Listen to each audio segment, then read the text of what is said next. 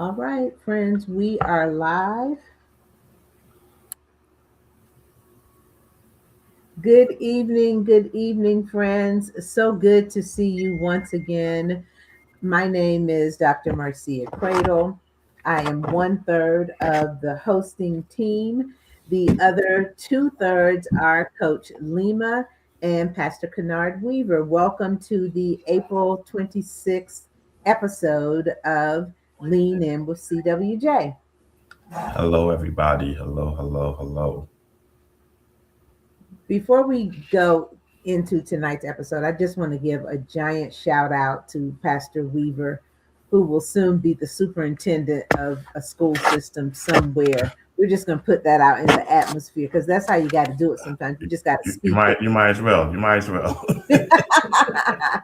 Congratulations. We are so proud of you and your recent achievement of finishing the superintendency program at Howard University. So, woohoo! Appreciate you, Or as the my kids friends. say, Appreciate. clock it.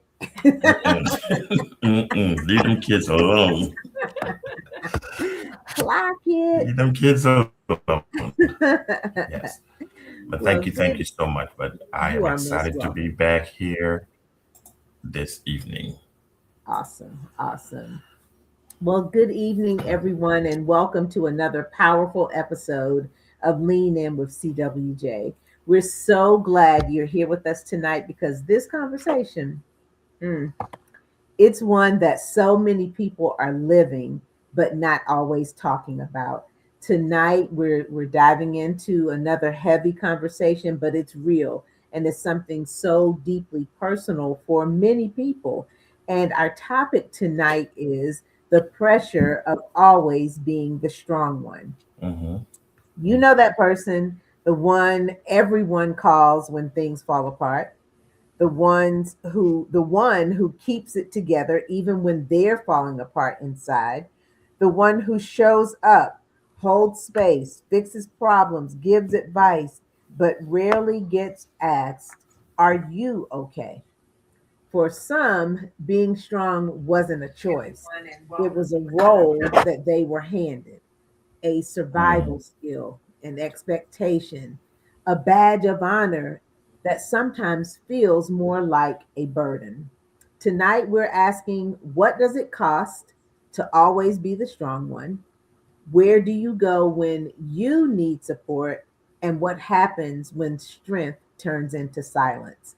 So, whether you're the strong friend, the strong parent, the strong leader, or you love someone who is, this conversation is for you.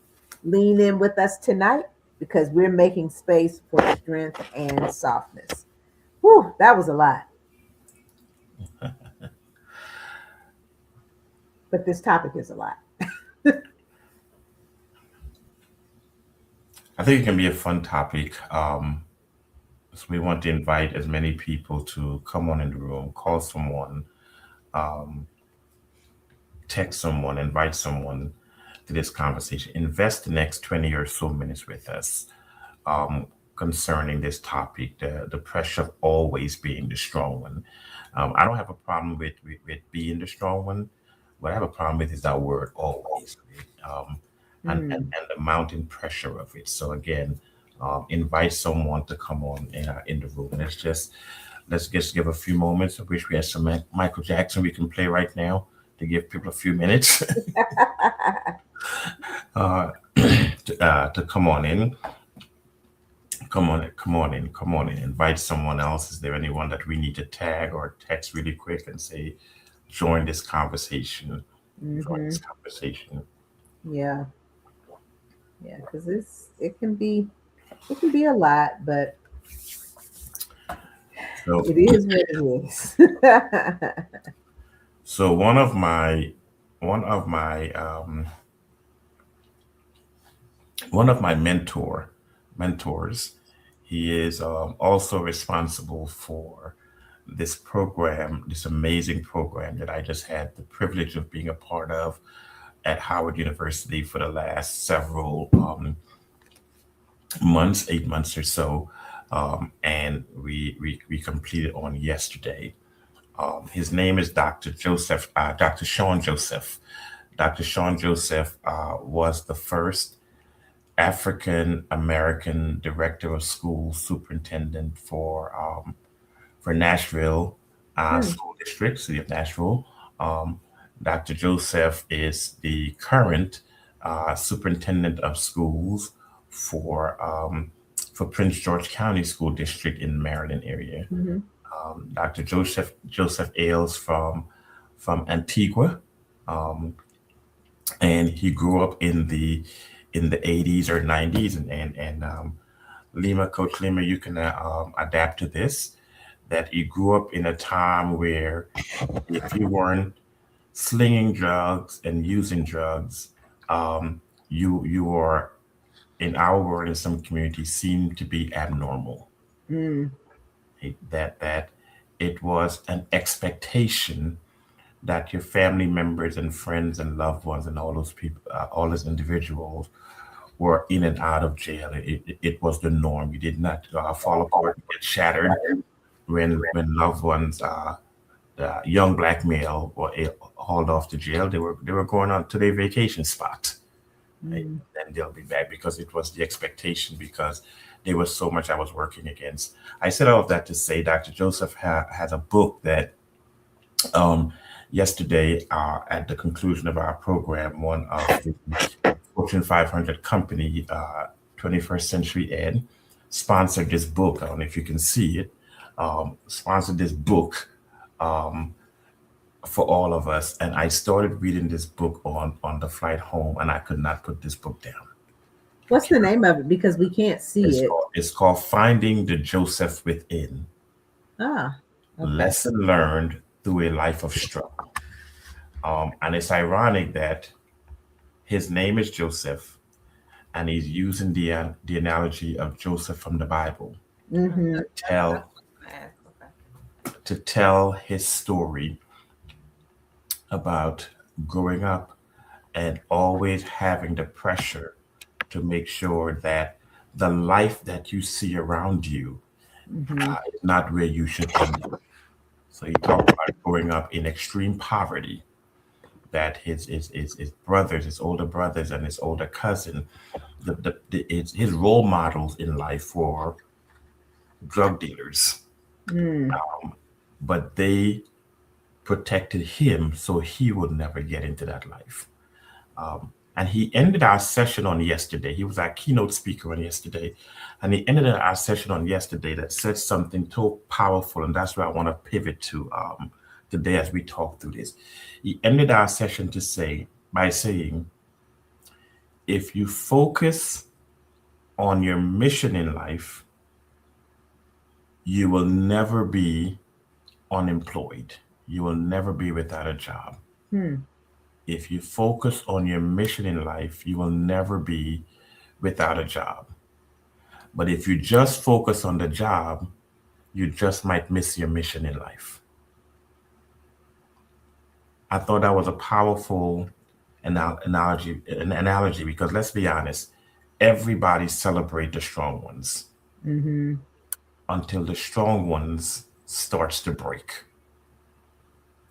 Everybody celebrate the fixers. Everybody celebrate the ones who don't fall apart. But as a strong person, as the strong one, whether you're the parent or the sibling or the friend or the community leader or the religious leader, what do you do when strength becomes a silent burden? Mm. What happened when the strong one needs somebody but don't even know how to ask for somebody because the very people around you that you have access to ask are the very people always leaning on you to be the strong one.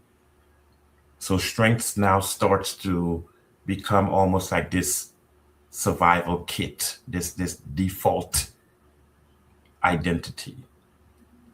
It's a Mm. shame as we are talking about this. We're talking about this tonight that many strong people are shaped and defined in trauma, having responsibility at a young age, having to be the emotional anchor and carry not just the family. Some days you have to carry the whole community. Mm, You're celebrated for your strength, but you're never supported in your weaknesses. Nobody checks on the strong one, they just lean on them. right. And so high capacity leadership um, often feel that as leaders you always feel that you have to show up with your A game. You have to show up with your wholeness even when you're not. So when strength becomes your identity, and I'm going to toss this over to you, Coach Lehman. When strength becomes your identity, vulnerability starts to feel like a failure. Mm, That's good. When strength becomes your identity, vulnerability starts to feel like a failure. That's true. That's a very true statement. I think that oftentimes when you have people that are deemed the strong one, it's a perceived strength. I Hmm. think that we are exceptional at forward motion, at leading and holding everything together. It's perceived. It's I think we have to really be careful with how we define strength, and when we're looking at people that we deem to be the strong one, because oftentimes again it really in essence is people really just doing what they have to do, um moving forward in life, dealing with whatever's on their plate, dealing with whatever life has handed to them. And as certain people navigate through those things, they are deemed the strong people. But the flip side of that, and I speak to this from a personal perspective, being deemed the strong one, what happens is there becomes this level of resentment in a sense, because Yes, people yes. are always pulling and tugging on you or calling mhm. you when you in fact have your own things and your own situations that you're dealing Right. with, your own problems, your own challenges, and people are calling, and they're only calling because they have something going on or they have a question or they need advice and all the things. And it's important for those that are deemed the strong ones to really understand their line in the sand, to really have boundaries, because that's where resentment comes in. It's not necessarily because just because people are calling all the time or people are coming to you all the time for something. It's because as the strong one, a lot of people that are deemed that don't have boundaries that are necessary to keep them from burning out, to keep them from Hmm. just being overwhelmed because they have their own stuff, and then they're trying to help everybody else and advise everybody else. That's not necessarily always a strength, because somebody has advice or somebody is, can help you in a certain situation. And there's a level of compassion fatigue that happens with the quote unquote strong one. So Yeah. Yeah. people And it's a don't. number of fatigues, right? It's a number of fatigues. Is that emotional suppression Mhm. that you're dealing with others and you're expected to deal with others. You're feeling your place of need within yourself pulling at and tugging at you, but we have learned to hide behind things like "I'll deal with me later." Mhm. That becomes almost like a lifestyle. We function very well in isolation, surrounded by people, but not truly seen by those people. Mhm. We deal with burnout, this constant thing of outputting, and you're not getting anything inputted back to you. I love what you talked about resentment. Why am I always the one that's required to hold everything and everyone together? And then let's not deal with the spiritual tension. And there is spiritual tension. Faith, having a belief in Christ, having a faith system does not cancel out your emotion and your feelings. it requires honesty with God. It is that place. Have you ever been the strong person for so long that you forget what it feels like to be supported? You forget what Mm. it feels like. You're in a place and you have to call somebody for help or support. That person can be a spouse. That person can be a loved one. They can be a friend, and you have to go through all of this emotional roller coaster just to make the call or just to send the text. Because number one, you don't want to be criticized because somebody's going to say, "Well, I thought you, and I thought this, and I thought that." Even Jesus withdrew when strength required sometimes this intentional retreat. And so unexpressed pressure doesn't disappear, it just accumulates. It just keep building on one another. And at some point you're going to pop. And I, one thing you said too, Pastor Weaver, about the strong one asking for help, like you said, it's that perception of he or she should never need help because they're the strong one. Hmm. And it does become burdensome. And I think people then put up what I would term as unforeseen boundaries because they didn't know that they needed to put a boundary in place before. And then when it happens, people don't understand it because they've Right, never put up right, boundaries before. right. So I really believe that. And then also the other thing I wanted to mention was that sometimes people are the strong one because of birth order. You know, when you're the oldest, you're Mhm. expected to care for and be there for everybody who comes after you. Yeah, yeah. And Now, it's also it's for a lot of people it's learned behavior. It's learned behavior. For me, sometimes it's learned behavior on purpose. yeah.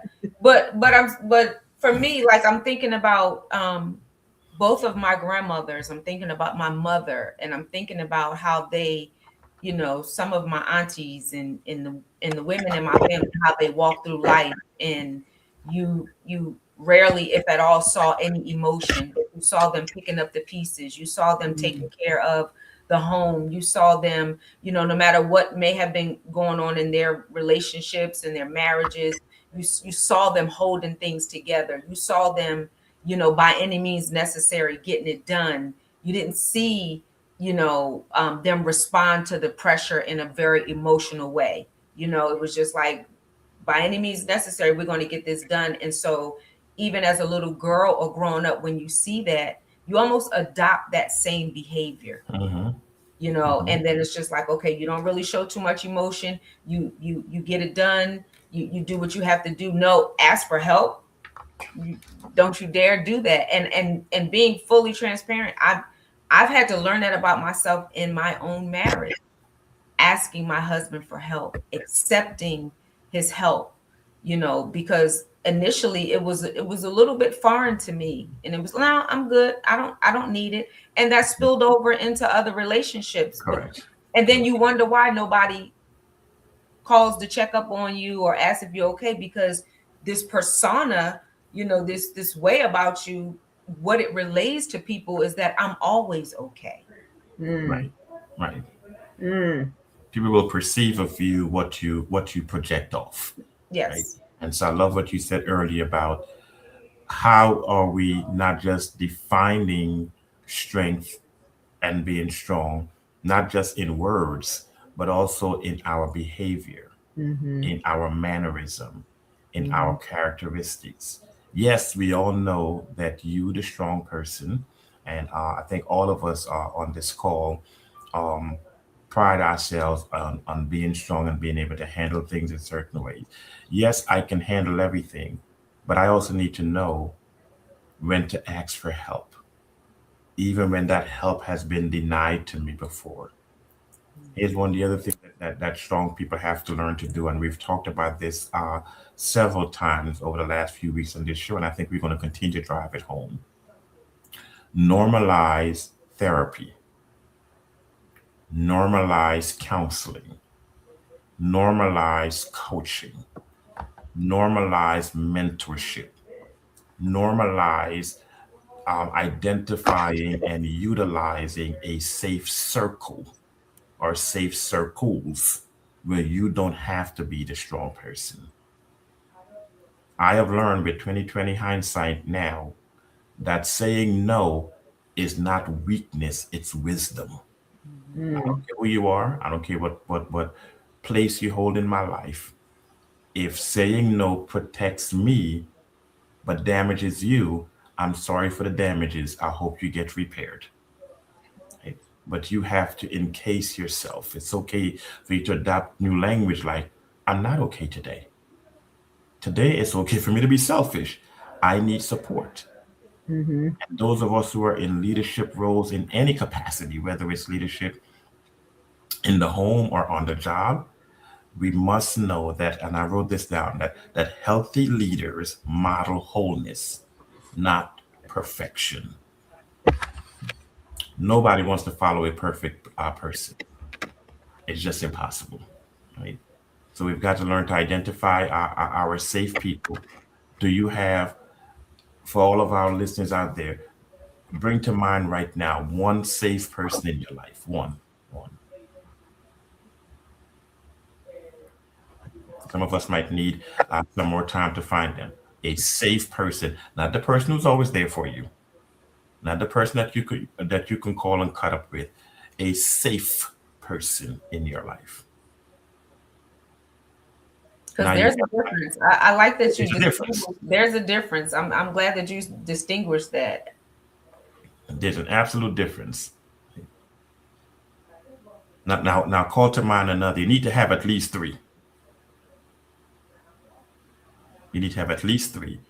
Who are those safe people in your life? Those people that you can have emotional check-ins with without guilt complex. Mm. Who are those individuals? Those people that will hold you to a standard that says you have to stop over functioning for others, Mhm. stop over delivering for others. Because real strength is not carrying everything. Real strength is knowing what you need to put down. Coach Lima? Mm. Mm.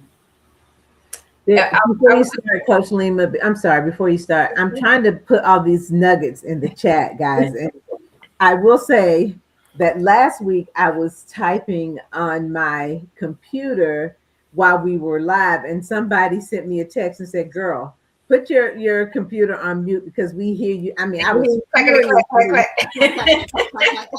So so thank you for our follower who reached out and said, "Girl, stop." But I am trying to put it in the chat because guys, these nuggets are really, really good. Yeah. I mean, the saying no is not weakness, it's wisdom. Healthy leaders model wholeness, not perfection. That's a whole nother show because we get trapped in that perfection Mhm. model sometimes. And then who is your safe person? And like Pastor Weaver said, we need to have someone that's not going to judge because some of us we can get judgy sometimes. Absolutely. Absolutely. Absolutely. So I'm sorry, Coach Lima. No. That's good. Because those are some really good nuggets in to type, for us to read and for us to really think about. I think also as the strong one, we have to be mindful. A friend of mine, we were just having this conversation the other day about the difference between helping and supporting. Mm. Mm. That's Helping, a whole different show. yeah, and supporting, because a lot of times we in helping, we're always Enabling. available, we're enabling, we're married to the outcome, we're just going above and beyond, we're creating a level of codependency, we're just doing too much. And there's a difference between helping and then and supporting, Mhm. being an active listener, not being so married to the outcome, but being there to hold space for the person, to listen, and not be so intertwined with the outcome of whatever it is that they're going through. Yeah. As Yeah. human beings, we all have capacity. It may be different levels of it, but we all have capacity. And Yeah. I know that for a lot of people, for myself, I have been deemed the strong person. And I oftentimes find myself saying, if I make this look easy, please forgive me. Please forgive And me. it goes right over their head, right? Yeah. Because now your crowd is conditioned for the easy looking because you make it look so easy. And so now there has to be an unlearning of self Mhm. and a relearning of self. And a couple of things in that. Number one, you have to come to the understanding and the conclusion that you don't need a crowd. Mm. You need you more than you need the crowd. Hear me when I say this. Mhm. You, the you in you, needs you more than you need an entire crowd. So you have those individuals who can help you stay accountable. Those individuals who will check on you. Those individuals who will allow you to see the real you, right? And no matter who those people are, and sometimes we can get very territorial with relationship because maybe it's your parents, maybe Mhm. it's your siblings, maybe it's I'm always leery of those folks that say we are a close knit family, right? And what I want to see sometimes, and I'll give you some clues tonight. Those people who say we are really close, we have a bond. Right? But if when your phone rings, you have to take a deep breath before you answer their calls. You got to prep yourself before you. If you feel strength and energy exudes from you while you're talking to them or after you've spoken to them, I It's a would say dysfunctional bond. reevaluate. Okay, when they call, they take everything you got. And that's when you really might be suffering from compassion fatigue too, Yes, because yes. like you said, you look at the caller ID and it's like, oh Lord, Uh, and I mean, you're what are going they? to answer the And call, right? literally, But you're you're like, saying, oh, oh Lord, what do what they want? now? Hmm. What now? What? And they always call them as somebody else's trauma, somebody else's dysfunction. Right? So Hmm. if you have to take a deep breath before you answer the call, um, you might want to reevaluate the relationship or the stance. Number one, you don't have to RSVP for every invitation you receive, Mhm. no matter who the invitee or inviter is, right? Healing, if you don't hear anything else I say tonight, I think this is my favorite. Healing happens in spaces where you're not pressured to perform in strength. Healing happens in spaces where you don't feel the pressure to perform in strength. You can just walk in the room and you can be as needy as you desire or deserve to be. If you walk in the room and they say, oh, now the party can begin because so and so is here, I Hmm. promise you, you're going to leave there really exhausted Mhm. because everybody's going to be pulling something from you. And Pastor, it's almost like, but who, when you say needy, there's such a, um, I think like a weak connotation attached to it. You're so needy, because Mhm. oftentimes when people describe somebody else as needy, it's taboo. You're so needy. And I don't think being needy is a weakness. Absolutely not. Again, like Absolutely I was not. saying, we all have this a certain level of capacity. We're all human. We all have our limitations. It even makes me think of the scripture, and I'm paraphrasing, where in the Bible it says God's strength is made perfect in our Yes. weakness, Yes. Yes. right? In our Yes. weakness. And so Yes. that speaks to our own capacity and our own limitation and our own frailties. No matter if we're the CEO of a Fortune 500 company, sometimes, and we're doing all these big, big, big, big things, we still have to understand our humanity and we have to understand our Yes. limitations. And like you said, Pastor, it absolutely becomes performative. And when it's performative, it's not authentic. It's not. Mm. And Somebody's then that's what evaluating. creates the disconnection. Yes. You're doing it for the evaluation. Mm-hmm. You're doing it to please. Uh, You can be I was talking strong. to somebody yesterday who said they're a reformed people pleaser. Yeah, ooh. That's somebody who went through some deep therapy, right? Yeah. Because you can be strong and still need support. One of the things I love about this doctoral program that I'm in with the University of Georgia, in this class, there are directors and vice presidents and executive director, people who lead in big spaces. Mm-hmm. And one of the things I love that our instructor does, when he did it the first time, we didn't expect it, but now he does it every session. The first session, he helped us to talk about how we pack for our trip, because we have to come together 1 week in a month where they sequester all of us together. Even if it's 10 minutes down the road, you have to stay. And he said, how did you do with your packing? What did you pack away when you got to your hotel, and all those different things? And then he said, I hope you packed away your titles and your position and your job expectations, because in this room, we are all learners. It's challenging I that was going to say that can be difficult for people. you have to unlearn it. Yeah. Like, if you gather at Big Mama's house for Thanksgiving every year, and Big Mama always does the cooking, you have to change that expectation. Right? It's okay for you to show up with your sweet potato pie every year, even though nobody likes it. Don't get in your feelings and say, well, I'm not making any more because nobody likes it, because here is the trauma that we're setting ourselves up for. What's going to happen at the time when Big Mama is no longer here? Yeah. And so we That's what have happened on that movie Soul Food. Remember Soul Food, when it was at first difficult for them to come you got to back? figure out. Yeah.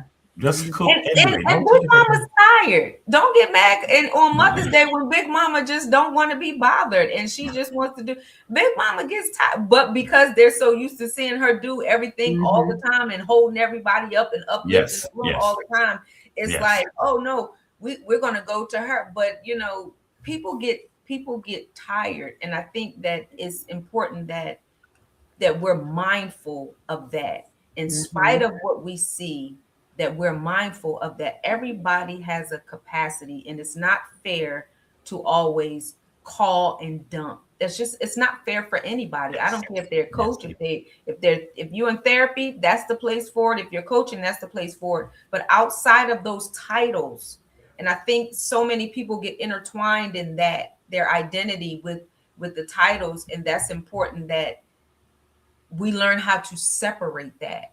We learn how to separate the role from the person when needed, because it's a lot, and it just becomes so burdensome. It becomes so burdensome, and it's just a lot. It becomes too much. Yeah. So our listening audience, I want you to do me a favor, those who can. I want you to drop in the comments, what does strength look like for you right now? Whether it's one word or a phrase, what does strength look like for you right now?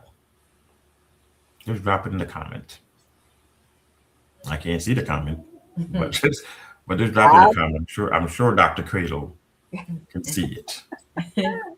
I just dropped it in the comments, and we're going to show it here. What does strength look like for you right now? What does strength look like for you right now? Well, I'm going to answer that. What strength looks like for me right now is rest. Rest. Wow. Heard somebody say rest. All right. What does strength look like for you, family? Right, what does it look like for you? We've got rest. I'll put that in the comments. What else? What does it look like for you right now? And like Pastor Weaver said, you can just do one word. Someone said trust. So you got strength, trust, trust, healing, You got rest. You have healing. You have you have trust. What does strength look like for you right now? Hmm. What does strength look like for you right now? One word, a phrase. Let's do two or three more. What does strength look like for you right now? We have rest. That's a strength. We have healing. That's a strength. We have trust. That's a strength.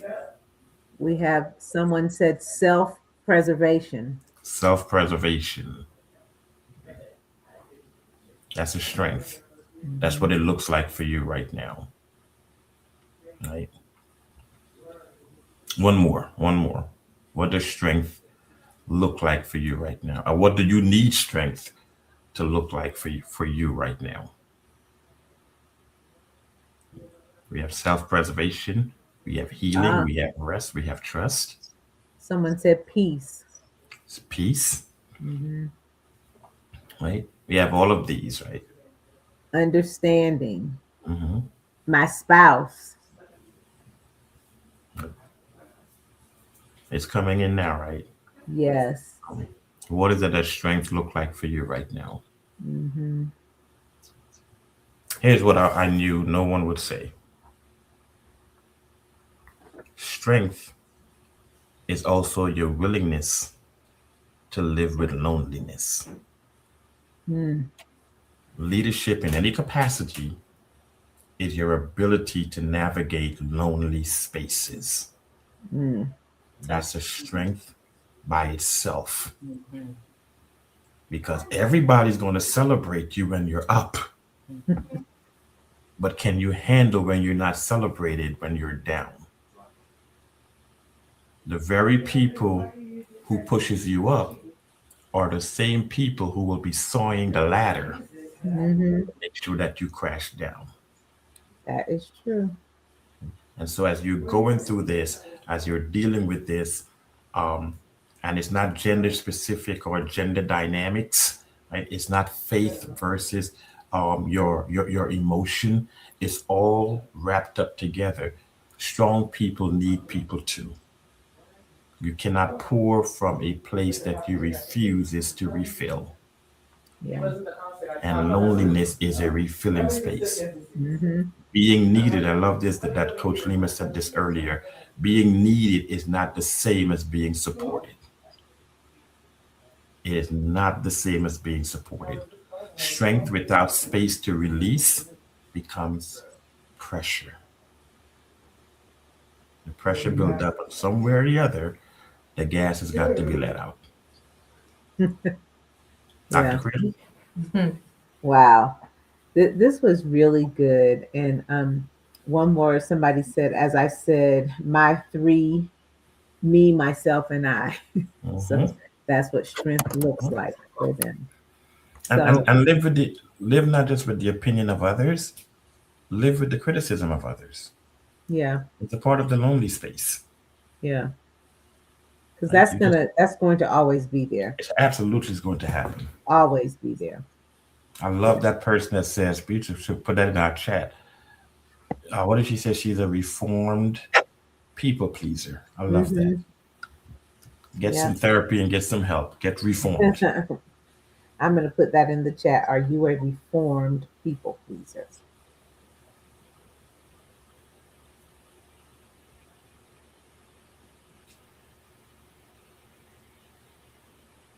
There we go. Are you a reformed people pleaser? Wow, this was really good. We've just been on a roll, guys. I'm so grateful for the way the topics and conversations have been dropping in for all of us. I think I shared last week, if not the week before, how the three of us rolled these things off of each other. And I'm just so grateful that it's what's that show when the guy used to say, I love it when a plan comes Comes together? together. Yes. Yes. Yes. And that's what's been going on for us. This plan has been coming together. Um, just a reminder, we're here on Facebook Live and we're now on YouTube Live. So you can, if you can't find us on one, you can find us on the other.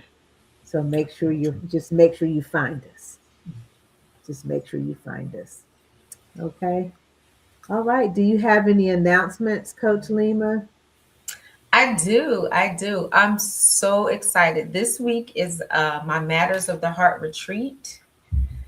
It's come around really fast. I feel like it was just yesterday that we announced it. I announced it and Mhm. we shared it. And so that kind of ties into what we're talking about. That retreat, that space was created for those strong women, who have families, who have careers, who are in different seasons of their life, who lead out of fear, who lead out of uncertainty, but don't necessarily show it. They just, like I said earlier, just at exceptional at moving forward and making things happen. And so I'm excited to be able to create a space for 4 days for these women to just be, to just relax, to not have responsibility.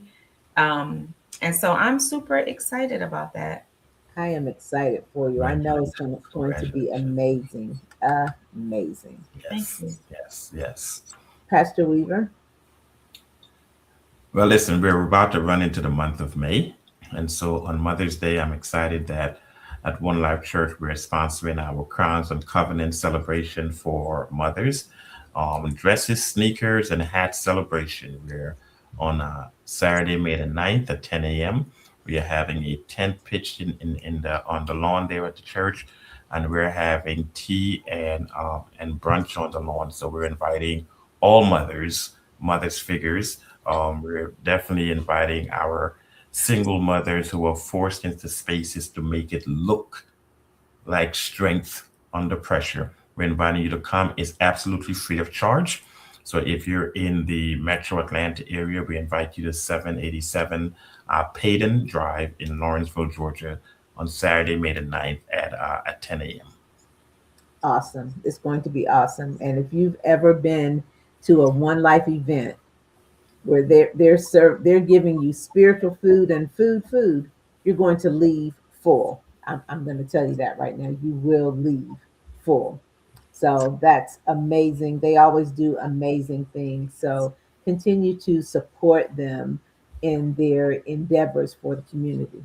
They don't just keep everything inside the four walls. They're about community building. So if you're in the area for the weekend, make sure you register so we can have enough chicken for you. Absolutely. Absolutely. Okay, and don't forget to register and then come up and say I couldn't get a piece of chicken. No, you didn't And register. register. You ain't registered. So make sure you register and stop by um, One Life Church for that what's going to be an awesome event. Okay. Yesterday, I am excited that I hosted my Power of And workshop. And can I just say, it was amazing. I've gotten such positive feedback. The speakers were awesome. The participants were engaged, and I feel like they walked away with some new strategies and resources that they can Good. use in their everyday life, and not something that takes a lot to do, but just strategies that can be implemented right away. So I'm really excited about that. Pictures are forthcoming, so we'll show you a little bit of the fun that we had yesterday. Good. Good. Great. I was going to ask you about that. That's Yes. great. Yes, Glad it that was. turned out well. Yes, it did. Yes, it did. And shout out to those unpaid volunteers whose last name is Cradle, who had to come and help me. Expectation under pressure, but but they did. Yes, they did. And I had some other people who stepped up. And that was another beautiful thing. Some people who saw a need and they just stepped up without me having to ask. And that is a great feeling too. So shout out to them as well. A couple of them are on this live tonight. So thank you, ladies. I appreciate you. All right. Whew. What a conversation. Tonight, we didn't just talk about strength. We unpacked the weight that often comes with it.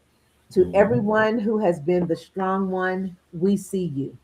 We honor you. But more importantly, we want you to know this: you don't have to carry everything alone. Strength is not just about holding it together, it's also about knowing when to release, when to rest, and when to receive. So tonight, let this be your reminder. You are allowed to have moments where you're not okay. You are allowed to need support. You are allowed to be held, not just be the one holding everything together.